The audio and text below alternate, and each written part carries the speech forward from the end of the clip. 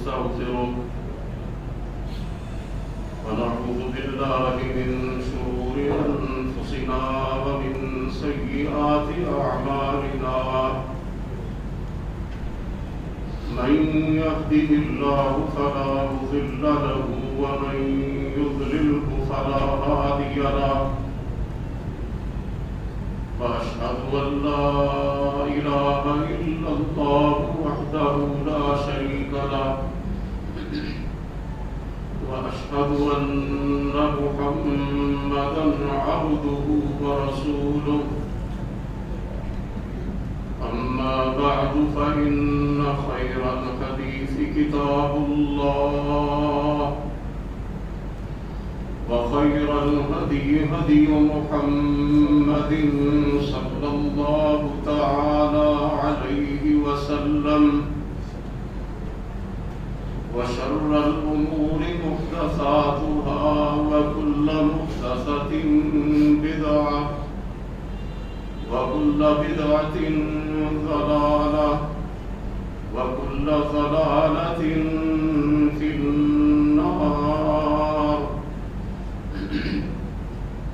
رب اشرح لي صدري ويسر لي أمري واحلل عقدة من لساني يفقهوا قولي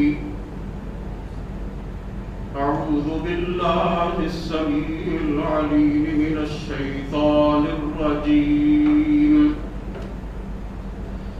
بسم الله الرحمن الرحيم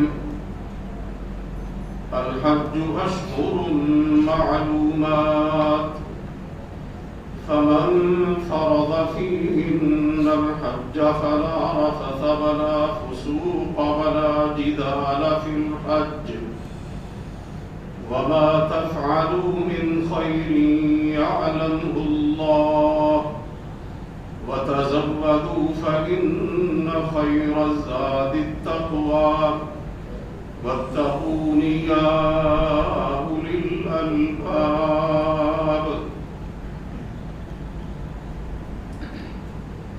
سب تعریفیں اللہ رب العالمین کے لیے ہیں. بیشمار درود و سلام نبی اقدس حضرت محمد الرسول اللہ صلی اللہ علیہ وآلہ وسلم کی ذات گرامی پر، آپ کی آل طاہرہ اور آپ کے صحابہ کرام پر، اور قیامت تک آپ کی فرما برداری کرنے والے ہر مسلمان پر اللہ کی کروڑوں رحمتیں ہوں. حضرات محترم، اللہ رب العزت کے بابرکت کلام میں سے سورہ بقرہ کی آیہ مبارکہ ابھی میں نے آپ کے سامنے تلاوت کرنے کی سعادت حاصل کی ہے. اس میں اللہ رب الحاکمین نے ارشاد فرمایا الحج اشہر معلومات، حج کے مہینے مقرر ہیں. فمن فرض فیہن الحج فلا رفث ولا فسوق ولا جدال فی الحج، اور جس نے ان مہینوں میں حج لازم کر لیا، حج کا ارادہ کر لیا، تو پھر اس میں تین باتیں نہیں ہونی چاہیے. فلا رفث، اس میں وہ ازدواجی تعلق قائم نہ کرے، ولا فسوق، اور فسق و فجور کے کام نہ کرے، ولا جدال، اور نہ لڑائی جھگڑا کرے. آج آپ جانتے ہیں کہ ارکان اسلام میں سے ایک اہم رکن ہے. اسلام نے اپنے ماننے والوں پر جو عبادات فرض کی ہیں ان میں سے ایک بڑا اہم فریضہ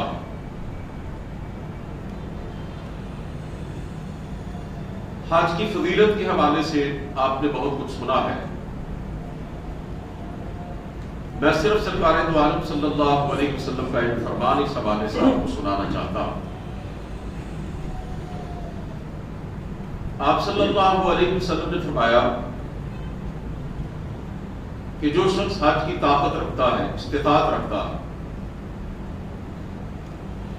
اور اسے کسی ظالم حکمران نے بھی روک نہیں رکھا، نہ اسے کوئی شرعی عذر لاحق ہے، کوئی بیماری بھی نہیں ہے، اور وہ اس کے باوجود حج نہیں کرتا اور اسی حالت میں مر جاتا ہے، تو چاہے وہ یہودی بنے یا نصرانی، طاقت کے باوجود حج نہ کرنا یہ بہت بڑا گناہ ہے، ناقابل معافی جرم ہے۔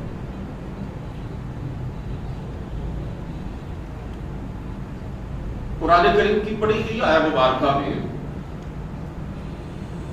اللہ تعالیٰ ارشاد فرما رہے ہیں کہ حج کے مہینے مقرر ہیں، الحج اشہر معلومات، اور یہ مہینے ہیں شوال، ذوالقعدہ اور ذوالحج۔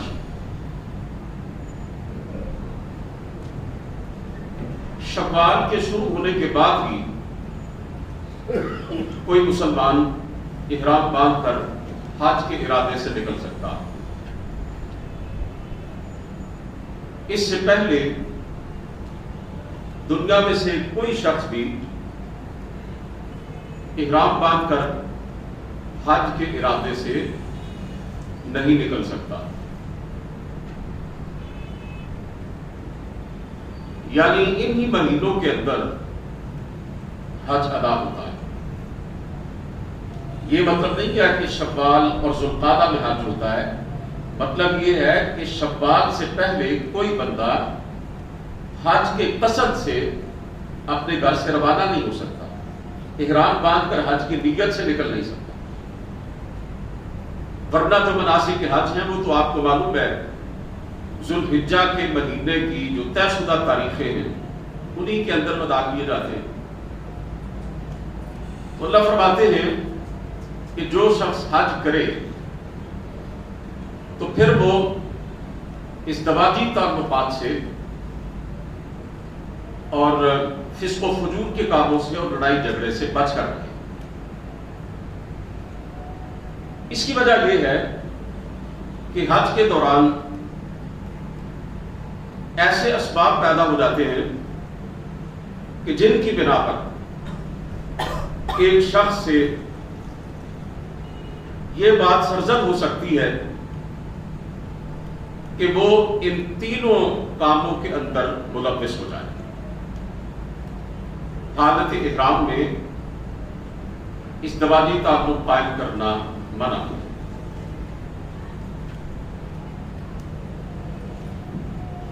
جتنی بھی خواتین حج کرنے کے لیے آتی ہیں انہیں چہرہ ننگا رکھنا ہوتا ہے۔ اس بات کا امکان ہوتا ہے کہ حج کے دوران کسی شخص کی نظر غیر محرم عورت کے چہرے پر پڑ جائے، تو اللہ تعالیٰ فرماتے ہیں کہ میرا خوف اور میرا ڈر اپنے دل میں رکھنا ہے، اس طرح کے تمام مفاسد سے اور اس طرح کے تمام غلط کاموں سے اپنے آپ کو بچانا ہے۔ مکہ مکرمہ سے عرفہ تک تقریباً 15 کلومیٹر کا فاصلہ ہے جس میں مناسک حج ادا کیے جاتے ہیں۔ ان مقامات پر ہجوم ہی ہجوم ہوتا ہے، بھیڑ ہی بھیڑ ہوتی ہے، کچھ 40-50 لاکھ کے درمیان لوگ جمع ہوتے ہیں۔ تو بعض اوقات تصادم اور ٹکراؤ کی کیفیت پیدا ہو جاتی ہے، انسان کے مزاج میں قدرتی طور پر ایک چڑچڑاپن پیدا ہو جاتا ہے، اتنا ازدحام اور اتنا رش، بعض اوقات کسی کی کوئی بات اچھی نہیں لگتی، بندہ ناخوشگوار صورتحال سے دوچار ہو جاتا ہے، اسے دوسرے پر غصہ آتا ہے، لڑائی جھگڑے کی کیفیت بنتی ہے، تو اللہ تعالیٰ فرماتے ہیں صبر اور برداشت کا دامن تھامنا ہے اور جھگڑا نہیں کرنا، کسی سے الجھنا نہیں ہے، تصادم اور ٹکراؤ کی کیفیت سے اپنے آپ کو بچانا ہے۔ اور آگے فرمایا وَتَزَوَّدُوا فَإِنَّ خَيْرَ الزَّادِ التَّقْوَىٰ، زاد سفر لے لو، زاد راہ لے لو، راستے کا سامان لے لو. اور سمجھانے کے لیے بڑا زبردست جملہ اس آیت کے اندر فَإِنَّ خَيْرَ الزَّادِ التَّقْوَىٰ کہ بہترین زاد راہ تو تقویٰ ہے، اللہ کا ڈر اور خوف ہے. جس انسان کے دل میں تقویٰ نہ ہو، خوف خداوندی نہ ہو، وہ ظاہری کیفیات جیسی چاہے بنا لے، تمام تر ظاہری شرعی آداب کی جتنی چاہے پابندی کر لے، ساری شرائط پوری کر لے، لیکن اگر اس کا دل تقویٰ سے اور خوف خدا سے عاری ہے تو اسے کسی عبادت کا بھی کوئی ثواب نہیں ہوگا، اسے حج سے بھی کچھ حاصل نہیں ہوگا. اس لیے اللہ تعالیٰ نے فرمایا بہترین زادرات التقویٰ واتقون یا اولی الالباب، تو اے عقل مندو اللہ سے ڈرتے رہو، تقویٰ کا دامن کبھی نہ چھوڑو. حج کے حوالے سے کئی اہم پیغامات اور کئی اہم اسباق ہمارے سامنے آتے ہیں. حج میں سے جو نمایاں طور پر ابھر کر ہمارے سامنے سبق آتا ہے وہ ہے اللہ رب العزت کی توحید، جو تمام نیکیوں کی جڑ اور بنیاد ہے. حضرت ابراہیم علیہ السلام کہ حج جن کی اداؤں کا مظہر ہے اور جن کی قربانیوں کی یاد دلاتا ہے، انہیں اللہ رب العزت نے جب اپنا گھر بنانے کا حکم دیا تو اللہ فرماتے ہیں وَإِذْ بَوَّأْنَا لِإِبْرَاهِيمَ مَكَانَ الْبَيْتِ أَلَّا تُشْرِكْ بِي شَيْئًا، کہ جب ہم نے حضرت ابراہیم علیہ السلام کو بیت اللہ کی نشاندہی کر دی، انہیں یہ بتلا دیا کہ یہاں پہ ہمارا گھر بنانا ہے، تو ساتھ ہی یہ بتلایا کہ ہمارے ساتھ کسی کو شریک نہیں ٹھہرانا، ہماری توحید کی بنیاد پر یہ گھر بننا چاہیے، اس کی ایک ایک اینٹ کے اندر توحید کا سبق ہونا چاہیے. اور ایک حاجی جب نکلتا ہے تو اس کی زبان پر جو تلبیہ ہوتا ہے اس کا ایک ایک لفظ توحید خدا بندی سے لبریز ہے. لبیک اللہم لبیک، لبیک لا شریک لک لبیک، ان الحمد والنعمت لک والملک لا شریک لک. اے اللہ میں حاضر ہوں، الہی میں تیرے دربار میں موجود ہوں، یا اللہ تمام تعریفیں تیرے لیے، ساری نعمتیں تیری طرف سے، تو ہی سب کچھ عطا کرنے والا ہے اور بادشاہت بھی تیری ہے. اے اللہ میں گواہی دیتا ہوں کہ تیرا کوئی شریک نہیں ہے. حج کے تمام ارکان توحید کا سبق اپنے اندر لیے ہوئے ہیں اور اللہ رب العزت کی وحدانیت کا پیغام دے رہے ہیں. حضرت اقبال نے کہا ہے عرب کے سوز میں ساز عجم ہے، حرم کا راز توحید امم ہے، تہی وحدت سے ہے اندیشہ غرب کہ تہذیب فرنگی بے حرم ہے. ایک رب کی توحید کا پہلو بھی عمر کے سامنے آتا ہے حج کے ذریعے، اور امت کی وحدت کا پہلو بھی نمایاں طور پر ہمارے سامنے آتا ہے. حج کے دوران جو مختلف دعائیں مانگی جاتی ہیں ان میں توحید کا سبق کوٹ کوٹ کے بھرا ہوا.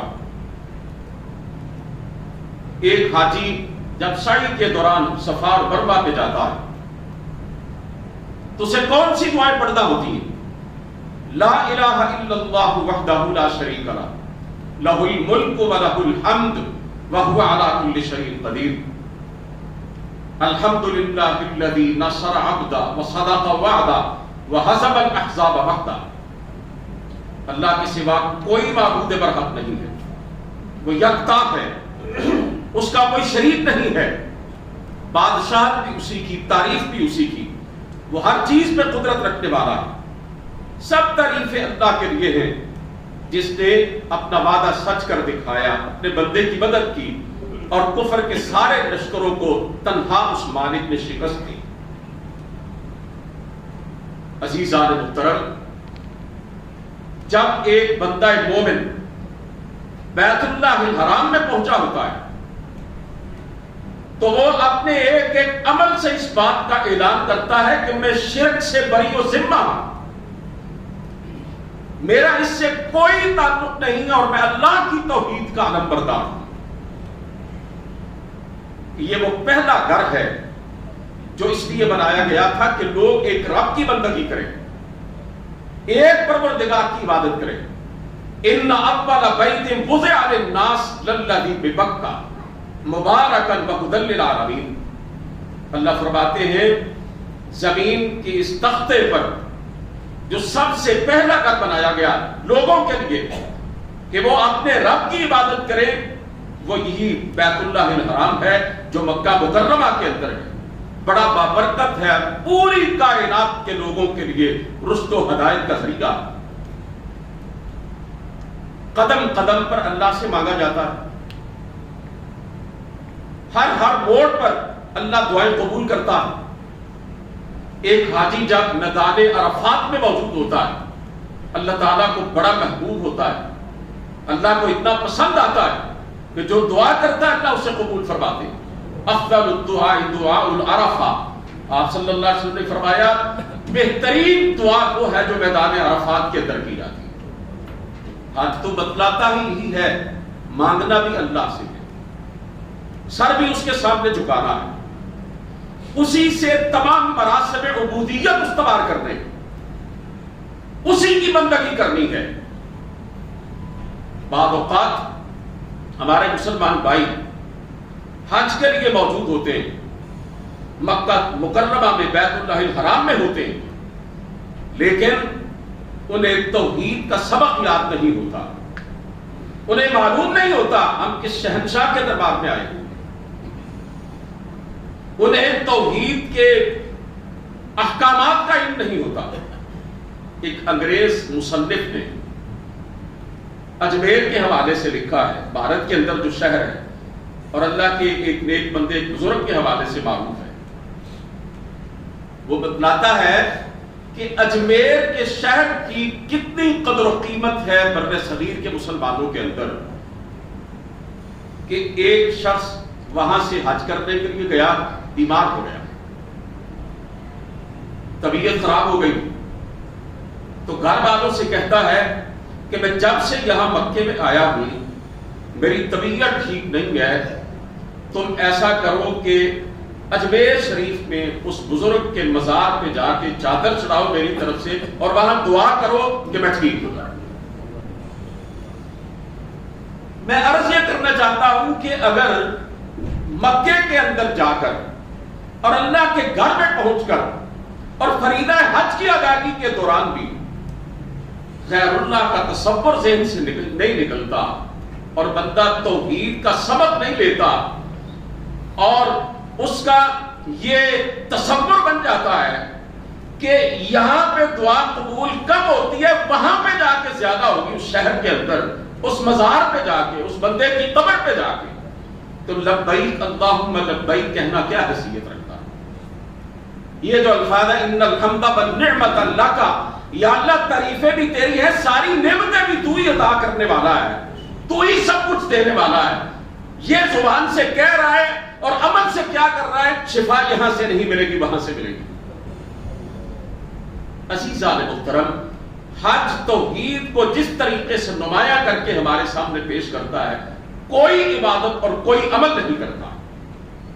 اسی طرح حج پوری دنیا کے مسلمانوں کو اتفاق اور اتحاد کا درس دیتا ہے، وحدت امت کا سبب دیتا ہے، دینی بھائی چارے کا سبب دیتا ہے، اخوت اسلامی کے پہلو کو نمایاں کر کے ہمارے سامنے پیش کرتا ہے۔ دیکھیں کہ پوری دنیا سے مسلمان حج کے موقع پر جمع ہوتے ہیں، رنگ مختلف ہیں، زبانیں مختلف ہیں، کلچر مختلف ہیں، وطن مختلف ہیں،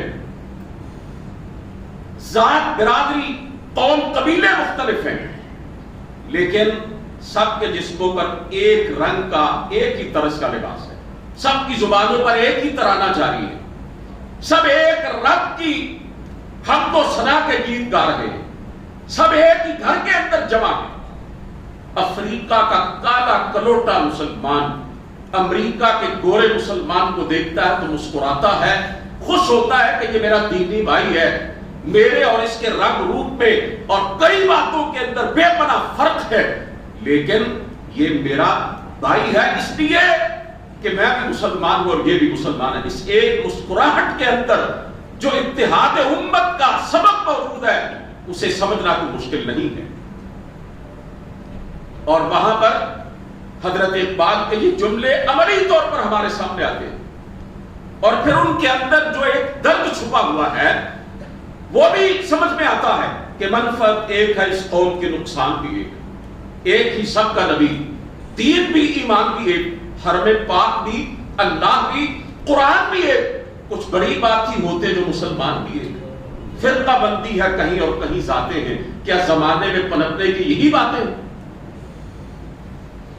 میں ایک چھوٹا سا سوال آپ سے پوچھنا چاہتا ہوں، مسجد حرام جہاں پر پوری دنیا کے مسلمان حج کے موقع پر جمع ہوتے ہیں، کیا اس کی پیشانی پر کسی مسلک اور فرقے کا نام لکھا ہوا ہے؟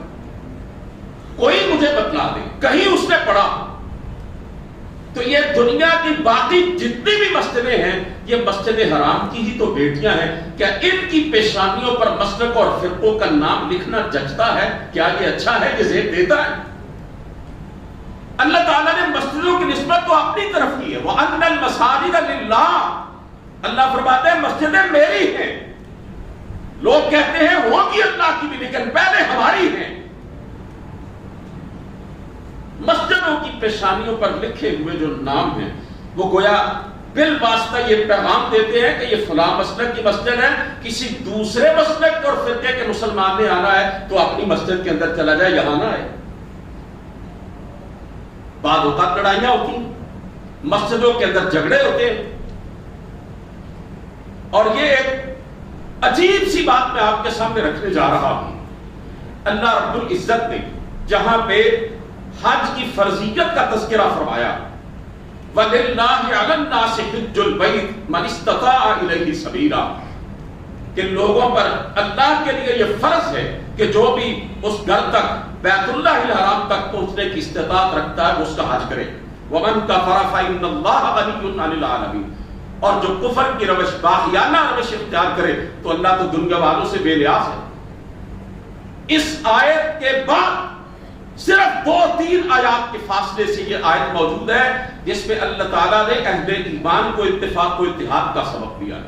وَاعْتَصِمُوا بِحَبْلِ اللَّهِ جَمِيعًا وَلَا تَفَرَّقُوا وَاذْكُرُوا نِعْمَةَ اللَّهِ عَلَيْكُمْ إِذْ كُنْتُمْ أَعْدَاءً فَأَلَّفَ بَيْنَ قُلُوبِكُمْ فَأَصْبَحْتُمْ بِنِعْمَتِهِ إِخْوَانًا۔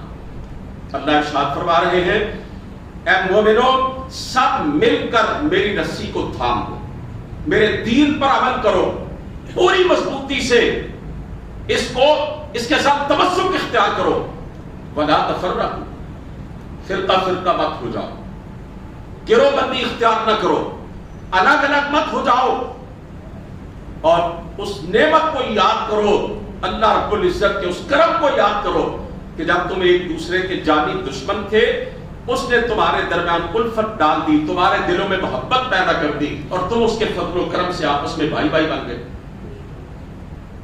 یہ ایمانی بھائی چارہ اور یہ دینی اخوت اور یہ اتحاد امت کا تصور کہ جس کا عملی طور پر نمونہ پیش کرنے کے لیے اللہ رب العزت اہل ایمان سے خطاب فرما رہے ہیں، یہ حج کے موقع پر نمایاں طور پر ہمارے سامنے آتا ہے۔ اور میں نے عرض کیا فریضہ حج والی آیت کے متصل بعد اس کا ذکر کیا گیا ہے۔ ایک علم ہے، علم المناسبات، اس کا مطلب یہ ہے کہ قرآن کریم کی جو ایک آیت پہلے آتی ہے اس کا تعلق بعد والی آیت سے ہے، اور بعد والی آیت کا تعلق اس سے پچھلی آیت کے ساتھ ہے۔ اب ذرا علم المناسبات کی روشنی میں دیکھیے نا کہ پہلے اللہ تعالیٰ نے حج کا حکم دیا، اس کی فرضیت کا تذکرہ کیا، اور اس کے بعد اللہ تعالیٰ نے مسلمانوں سے فرمایا میرے دین پر سختی سے عمل کرو، مضبوطی سے اس کو تھام لو، سب مل کر کتاب و سنت کے مطابق زندگی گزارو، اور آپس میں گروہ بندی اور فرقہ بندی اختیار مت کرو، الگ الگ مت ہو جاؤ۔ گویا اللہ فرما رہے ہیں، یہ بتلا رہے ہیں کہ حج میں نے تم پر اس لیے فرض کیا ہے کہ تمہارے اندر اتحاد پیدا ہو جائے، تم امت واحدہ بن جاؤ۔ لیکن وہاں سے جو سبق ملتا ہے، مسلمان اپنے اپنے وطنوں میں آ کر، خاص طور پر بر صغیر پاک و ہند کے مسلمان اس سبق کو بلا دیتے، وہاں ایک امام کے پیچھے نماز پڑھتے اور یہاں آ کے کیا کہتے؟ میری اس کے پیچھے نہیں ہوتی۔ کوئی کہتا ہے میری اس کے پیچھے نہیں ہوتی، اور بعد ایسے میں لوگ کہتے ہیں ہماری کسی کے پیچھے نہیں ہوتی۔ سوشل میڈیا کا دور ہے، آپ نے بڑے بڑے ایسے مفتیان کرام کی کلپ سنے ہوں گے جو کہتے ہیں جی مختلف مسلکوں کے لوگوں کی ایک دوسرے کے پیچھے نماز ہوتی ہی نہیں ہے، پڑھتے رہے نمازیں باطل ہو جاتی ہیں، ضائع ہو جاتی ہے۔ تو حج کے موقع پر جو ہے اس کا مطلب ہے کہ ایک امام کے پیچھے سارے مسلمان، پورے عالم کے مسلمان پڑھتے ہیں، تو گویا نہ ان کی نمازیں قبول ہوتی ہیں، نہ ان کا حج قبول ہوتا ہے ان ظالموں کے فتووں کی روشنی میں۔ آج 1.5 ارب سے زیادہ مسلمان ہیں، 58 کے قریب ان کے اپنے ملک ہیں، 68 لاکھ 68 لاکھ جنہوں پنجابی کہتے ہیں مسلمان ملکوں کی فوجوں کی تعداد ہے، اسلحہ ہے، گولہ بارود ہے، ہتھیار ہے، پیٹرول ہے جسے سیال سونا کہا جاتا ہے، ہر قسم کے قدرتی وسائل سے مالا مال ہے مسلمانوں کے ملک، لیکن اتفاق و اتحاد نہ ہونے کی وجہ سے کفر کے مقابلے میں ریت کی دیوار سے بھی ہلکے ہیں مسلمان۔ کیا عزت اور طاقت نام کی کوئی چیز اس وقت مسلمانوں کے پاس موجود ہے؟ ایک بیٹی ہے پاکستان کی، بالکل مظلوم بے بس عورت، اس کو امریکہ نے 20 سال سے قید میں رکھا ہوا ہے، پابند سلاسل کیا ہوا ہے، اس پر اذیتوں کے پہاڑ توڑے جا رہے ہیں، اور مسلمان ملکوں کے حکمرانوں کے پاس اتنے اختیارات ہیں اپنے عوام پر ظلم کرنے کے لیے کہ چھوٹی چھوٹی باتوں پر لاشوں کے ڈھیر لگا دیتے ہیں، لیکن اس ایک مظلوم بیٹی کو چھڑوانے کے لیے کوئی کوشش نہیں کرتے۔ جناب مشتاق احمد خان صاحب جماعت اسلامی کے سینیٹر، آپ کو معلوم ہے ابھی وہ کل امریکہ سے آئے، انہوں نے عافیہ صدیقی کی رہائی کے لیے کوشش کی ہے، ان کی بہن کی ملاقات ان سے کروائی ہے، بڑی جدوجہد کی ہے۔ انہوں نے ایک جملہ کہا ہے کہ عافیہ صدیقی کی رہائی کی چابی اسلام آباد کے اندر ہے۔ بات سمجھیں آپ کہ یہ ہمارے حکمران جو ہیں اس مسئلے کا حل ان کے پاس ہے، اگر وہ حکمت اور جرأت سے کچھ کام لے اور بے غیرتی اور بزدلی کی چادر اتار کر پھینک دے اور اپنی اس بیٹی کو اپنی بیٹی سمجھ کر جو پوری قوم کی بیٹی ہے اس کی رہائی کی کوشش کرے، تو مشتاق احمد خان صاحب کے کہنے کا مطلب یہ ہے کہ عافیہ صدیقی امریکی قید سے چھوٹ سکتی ہے۔ آج الحمدللہ اتحاد امت کا یہ تصور جماعت اسلامی عملاً لوگوں کے سامنے پیش کر رہی ہے۔ یہ واحد جماعت ہے دینی اور سیاسی کہ جس کے اندر تمام مسالک کے لوگ موجود ہیں، تمام مسالک سے تعلق رکھنے والے مسلمان موجود ہیں۔ یہ اتحاد امت کا ایک خوبصورت گلدستہ ہے، اور جماعت اسلامی نے صرف فکری اور نظری طور پر نہیں بلکہ عملی طور پر اپنے کردار سے یہ ثابت کیا ہے کہ فروعی اختلافات اپنی اپنی جگہ پر رکھتے ہوئے بھی اگر مسلمان چاہیں تو آپس میں اتفاق اور اتحاد سے رہ سکتے ہیں، اور امت واحدہ کا تصور پریکٹیکلی پیش کیا جا سکتا ہے۔ حضرات محترم، حج کا ایک نمایاں سبق یہ ہے کہ یہ آخرت کی یاد دلاتا ہے۔ اس سے بندے کے دل میں، خاص طور پر وہ مسلمان کے جو حج کرنے کے لیے پہنچا ہوا ہے، اس کے دل میں یہ خیال لازماً آتا ہے کہ میں نے ایک دن اپنے رب کے سامنے جانا ہے، میدان عرفات کے اندر 40-50 لاکھ تقریباً مسلمان جمع ہوتے ہیں حج کے موقع پر، اور اتنا بڑا اجتماع یقیناً روئے زمین پر کسی مذہب کے ماننے والوں کا نہیں ہوتا۔ اور اس طرح منظم انداز کے اندر میدان عرفات میں جب ایک حاجی اپنے گرد و پیش میں نگاہ ڈالتا ہے نا، تو یقین جانے اس کے ذہن میں میدان محشر کا نقشہ آتا ہے، جب پوری کائنات کے لوگ اللہ تعالیٰ کی بارگاہ کے اندر جمع ہوں گے، اللہ کی عدالت کے سامنے موجود ہوں گے۔ کفن کے 2 کپڑے ہوتے ہیں سفید، احرام کی 2 چادریں سفید، یہ کفن کی یاد دلاتے ہیں۔ پھر اسی طرح اللہ رب العزت نے سورہ حج اپنے کلام پاک کے اندر رکھی ہے 17ویں پارے۔ یہ جو سورتوں کی ترتیب ہے نا، یہ بھی اللہ تعالیٰ کی طرف سے ہے۔ جبریل امین جب آپ صلی اللہ علیہ وسلم کے پاس وحی لے کر آتے تھے، اللہ تعالیٰ کی طرف سے آپ کو یہ بتلا دیا جاتا تھا کہ ان آیات کو فلاں سورت میں فلاں مقام پہ رکھنا ہے۔ سورہ حج آپ اس سورت کے اندر پڑھیں گے حج اور قربانی کے احکام، ذرا ترجمے کے ساتھ اس کا مطالعہ کریں تو آپ کو پتہ چلے کہ کتنی زبردست سورہ مبارکہ ہے۔ نام سورہ حج ہے، اس کے اندر مسائل اور احکامات بھی حج کے ہیں اور قربانی کے اور بیت اللہ کے حوالے سے ہیں، اور توحید سے مجتنب رہنے، توحید کو اپنانے اور شرک سے مجتنب رہنے کی تاکید ہے۔ لیکن آغاز کس طرح سے ہوتا ہے؟ بڑی عجیب بات ہے۔ سورہ حج کا آغاز بڑے عجیب طریقے سے ہوتا ہے۔ اللہ فرماتے ہیں یا ایھا الناس اتقوا ربکم ان زلزلۃ الساعۃ شیء عظیم، اے لوگو اپنے رب سے ڈرو، قیامت کا زلزلہ بہت بڑی شے ہے۔ یوم ترونها تذهل كل مرضعۃ عما ارضعت وتضع كل ذات حمل حملها وترى الناس سکارى وما هم بسکارى ولكن عذاب اللہ شدید۔ اللہ فرماتے ہیں اس دن تم دیکھو گے کہ دودھ پلانے والی مائیں اپنے دودھ پیتے بچوں کو قیامت کے آغاز کے ساتھ ہی اپنی چھاتیوں سے اٹھا کے دور رہیں گے۔ حمل والی عورتوں کے حمل گر جائیں گے اور لوگ یوں ہوں گے کہ جیسے مدہوش ہیں، نشے کی کیفیت میں ہیں۔ فرمایا نشہ کوئی نہیں ہوگا، ولیکن عذاب اللہ شدید، اللہ کے عذاب کی شدت اتنی ہوگی کہ اس کی وجہ سے لوگ اپنے ہوش و حواس کھو بیٹھیں۔ نام سورہ حج ہے اور آغاز ہو رہا ہے قیامت سے۔ وہ دونوں باتوں میں کوئی مناسبت موجود ہے نا، اور مناسبت کیا ہے کہ حج کا عالمگیر اجتماع، میدان عرفات کا یہ منظر ایک مسلمان کو میدان محشر کی یاد دلاتا ہے۔ اسی طرح پوری کائنات کے لوگ اللہ تعالیٰ کی بارگاہ میں موجود ہو گئے اور انسانوں کا حساب لیا جائے گا۔ اور یہ جو فکر آخرت ہے، یقین جانے یہ اعمال اور کردار کو سنوارنے کے حوالے سے بڑی اہمیت رکھتی۔ جس بندے کے ذہن میں ہر وقت یہ تصور مستحضر رہتا ہے کہ میری اصل جو منزل ہے وہ آخرت ہے، دنیا نہیں ہے، میں نے ایک دن پروردگار کی عدالت کے کٹہرے میں کھڑا ہونا ہے، میں تو جنت کا مسافر ہوں، میرا اصل ٹھکانہ تو وہ ہے۔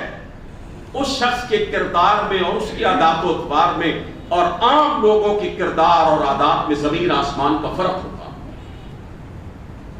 ایک دنیا کا بندہ ہے اور ایک آخرت کا طلبگار ہے، دونوں کی زندگی میں بے پناہ فرق ہوتا ہے، جو ان کے کریکٹر سے ظاہر ہوتا ہے، ان کی گفتگو سے اور ان کے عمل سے ظاہر ہوتا ہے۔ اور یہ فکر آخرت اور اللہ کا ڈر یہ کہنے کی چیز نہیں ہے، یہ کرنے کی چیز ہے۔ ورنہ تو شیطان بھی کہتا ہے میں اللہ سے ڈرتا ہوں، کمثل الشیطان اذ قال للانسان اکفر فلما کفر قال انی بریء منک انی اخاف اللہ رب العالمین۔ اللہ فرماتے ہیں شیطان انسان سے اپنے رب، اس کے رب کی بغاوت کرواتا ہے، کفر کا ارتکاب کرواتا ہے، گناہوں کی دلدل میں اس کو پھینک دیتا ہے، اور جب انسان اس کے پیچھے لگ کر اپنے رب کی بغاوت اور معصیت کا ارتکاب کرتا ہے تو پھر شیطان کہتا ہے میرا ایجنڈا پورا ہو گیا، جو میں تجھ سے کروانا چاہتا تھا وہ میں نے کروا لیا، انی بریء منک، میں تجھ سے بری ہوں، میرا تجھ سے کوئی تعلق نہیں ہے، انی اخاف اللہ رب العالمین، میں تو خود اللہ رب العالمین سے ڈرتا ہوں۔ تو بعض لوگ جو ہے وہ کہتے رہتے اللہ کو جانا ہے، ڈر کے گل کر رہے ہیں رب کو، اللہ کو ڈر کے تیرو کہتا میں فلاں چیز، لیکن ان کے عمل سے کہیں بھی یہ پتہ نہیں چلتا کہ ان ظالموں کے دل میں خدا کا خوف موجود ہے۔ چھرے پھیرتے ہیں لوگوں کو بھی، لوٹتے ہیں اللہ کے بندوں کو، نہ رب سے معاملات درست ہے نہ اس کے بندوں سے ٹھیک ہے۔ تو یہ فکر آخرت اور اللہ کا خوف یہ زبان سے کہنے کی چیز نہیں ہے، یہ عمل اور کردار سے کر کے دکھانے کی چیز ہے۔ یہ بندے کے کریکٹر سے پتا چلتا ہے کہ فکر آخرت اس کے دل میں موجود ہے یا نہیں ہے۔ حج کا ایک نمایاں پہلو اللہ کا ذکر، اللہ کی بڑائی، رب کی کبریائی، پروردگار کی حاکمیت کا اعلان، اللہ رب العالمین کے شہنشاہ کائنات ہونے کا اعلان، یہ حج کا سب سے نمایاں پہلو ہے۔ ہر موقع پر اللہ کو یاد کیا جاتا ہے۔ آپ جانتے ہیں کہ حج میں جس طریقے سے ایک بندہ مومن پروردگار کا ذکر کرتا ہے، جس طرح تسلسل کے ساتھ کرتا ہے اور ہر موڑ پہ کرتا ہے، شاید زندگی میں اس طریقے سے حج کے علاوہ کسی اور موقع پر اللہ کو یاد نہیں کرتا۔ اللہ تعالیٰ نے قرآن کریم کے اندر فرمایا فَإِذَا قَضَيْتُم مَّنَاسِكَكُمْ فَاذْكُرُوا اللَّهَ كَذِكْرِكُمْ آبَاءَكُمْ أَوْ أَشَدَّ ذِكْرًا، کہ جب تم مناسک حج پورے کر لو تو اللہ کو یاد کرو جس طرح اپنے باپ دادا کو یاد کرتے تھے، یا اس سے بھی زیادہ اللہ کو یاد کرو۔ یہ باپ دادا کو یاد کرنے کا کیا مطلب ہے؟ ان کا ذکر کرنے کا کیا تعلق ہے اس آیت کے اندر؟ زمانہ جاہلیت میں، اسلام سے پہلے عرب کے مشرک حج کے لیے مکہ مکرمہ میں آتے تھے، اللہ کے گھر میں آتے تھے، اور جب میدان عرفات سے مزدلفہ سے ہوتے ہوئے منا میں آتے، قربانی کرتے، تو پھر منا میں جناب ہر قبیلہ اپنے آباء و اجداد کا تذکرہ کرتا، اپنے حسب و نسب کا تذکرہ کرتا، اپنے خاندانی عزت و شرف کی بات کرتا، اپنے قبیلے کی نجابت کی بات کرتا، اور کہتا نہیں میرا باپ فلاں تھا، میں فلاں دادا کا پوتا ہوں، میرے آباء و اجداد تو ایسے تھے، میرے بزرگ جو تھے انہوں نے تو یہ کارنامے انجام دیے، میرا حسب و نسب یہ ہے، میری رگوں میں تو جناب فلاں خاندان اور قبیلے کا خون دوڑ رہا ہے، میرے خاندان جیسا کوئی خاندان نہیں ہے، میری برادری جیسی کوئی برادری نہیں ہے۔ آئے ہیں حج کرنے کے لیے، اللہ کی بڑائی اور کبریائی بیان کرنے کے لیے، اور اللہ کو چھوڑ کر اپنی بڑائیاں اور کبریائیاں بیان کی جا رہی ہیں۔ سب سے بڑے رب کو چھوڑ کر اپنے بڑوں کی بات ہو رہی ہے، جن کو خود بڑا بنایا ہے۔ اللہ تعالیٰ نے اہل ایمان سے یہ کوئی آیت جو ہے اسی سلسلے میں سے ہے جس میں سے میں نے ابتدا میں آیت پڑھی آپ کے سامنے، الحج اشہر معلومات، حج کے مہینے مقرر ہے۔ اس کے بعد والی آیات میں اللہ فرماتے ہیں جب تم مناسک حج پورے کر لو، قربانی کر لو، بال اتروا لو سر کے، تو پھر اللہ کو یاد کرو جیسے زمانہ جاہلیت میں یہ مشرک اپنے باپ دادا کے تذکرے کرتے تھے، تم اس سے بھی بڑھ کے اپنے رب کے تذکرے کرو۔ اور یہ اللہ کا ذکر کوئی چھوٹی بات ہے؟ اللہ فرماتے ہیں وَلَذِكْرُ اللَّهِ أَكْبَرُ، میرے ذکر اور میری یاد سے بڑھ کر کوئی شے کائنات میں ہے ہی نہیں۔ اللہ کا ذکر سب سے بڑھ کر، یہ نماز جو بندگی رب کا اولین اظہار ہے اور اسلام کے بنیادی فرائض میں سے پہلا فرض ہے، اس کے بارے میں اللہ تعالیٰ نے کیا ارشاد فرمایا أَقِمِ الصَّلَاةَ لِذِكْرِي، میرے ذکر کے لیے نماز قائم کرو۔ ذکر الہی کی اولین اور بہترین صورت نماز ہے، اور یہ جو میں نے پڑھے الفاظ ابھی وَلَذِكْرُ اللَّهِ أَكْبَرُ، اس سے پچھلے الفاظ بھی یہی ہیں اُتْلُ مَا أُوحِيَ إِلَيْكَ مِنَ الْكِتَابِ وَأَقِمِ الصَّلَاةَ إِنَّ الصَّلَاةَ تَنْهَى عَنِ الْفَحْشَاءِ وَالْمُنكَرِ وَلَذِكْرُ اللَّهِ أَكْبَرُ۔ اللہ فرماتے ہیں جو کتاب تمہاری طرف وحی کی گئی ہے قرآن کریم، اس کی تلاوت کیا کرو اور نماز قائم کیا کرو۔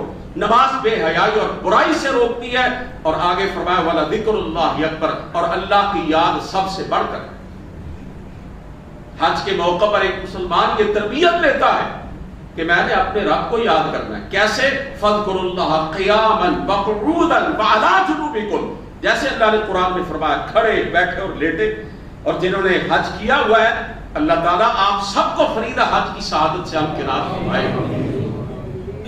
اللہ فرماتے ہیں کھڑے لیٹے بیٹھے مجھے یاد کیا کرو۔ ایک حاجی سے پوچھے، وہ منا میں مزدلفہ میں عرفات میں کھڑا ہو تو رب کو یاد کر رہا ہے، بیٹھا ہو تو اللہ کا ذکر کر رہا ہے، لیٹا ہے تو اللہ کو یاد کر رہا ہے.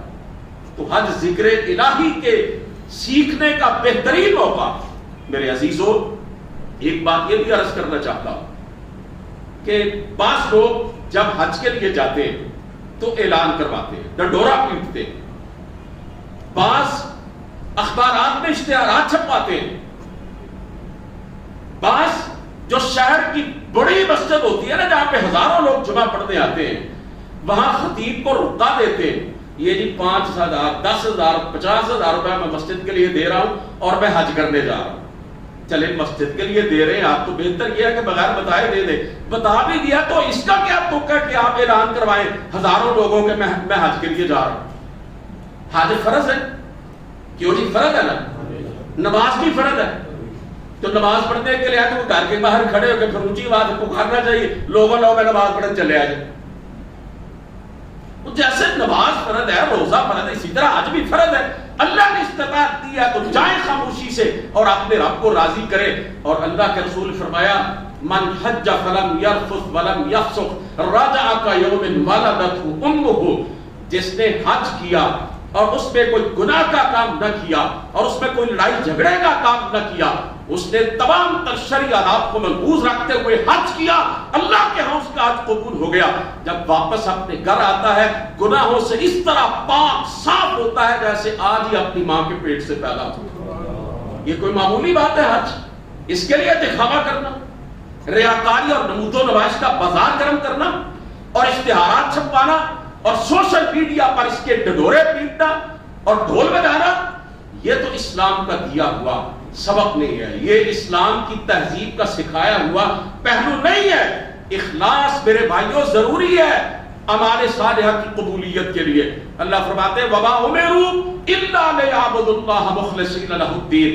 لوگوں کو ہم نے یہی حکم دیا ہے کہ وہ اخلاص کے ساتھ ہماری بندگی کریں. ہر نیکی کے اندر اور عبادت کے اندر اخلاص ہو، ریاکاری، نمود و نمائش اور دکھاوا نہیں.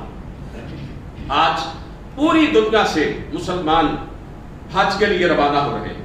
حجاج کے قافلے کچھ پہنچ چکے ہیں، کچھ راستے میں ہیں اور کچھ اس کے لیے تیاریاں پکڑ رہے ہیں. میرے بھائیوں، یہ حج حضرت ابراہیم علیہ السلام کی حیات مبارکہ کی یاد دلاتا ہے. یہ ان کی اداؤں کا ہی ایک مجموعہ ہے. حضرت ابراہیم علیہ السلام کی زندگی کیا تھی؟ اللہ کی بندگی کی زندگی، اللہ کی رضا کے لیے دنیا کے بڑے سے بڑے امتحان اور آزمائش میں سے گزر جانے کی زندگی، اللہ تعالیٰ کی محبت میں تمام محبتوں کو قربان کرنے کی زندگی، اپنے بیوی بچوں کی محبت کی قربانی، والدین کی محبت کی قربانی، عیش و عشرت سے لبریز زندگی کی قربانی، قوم اور قبیلے کو چھوڑ دیا اللہ کی محبت میں.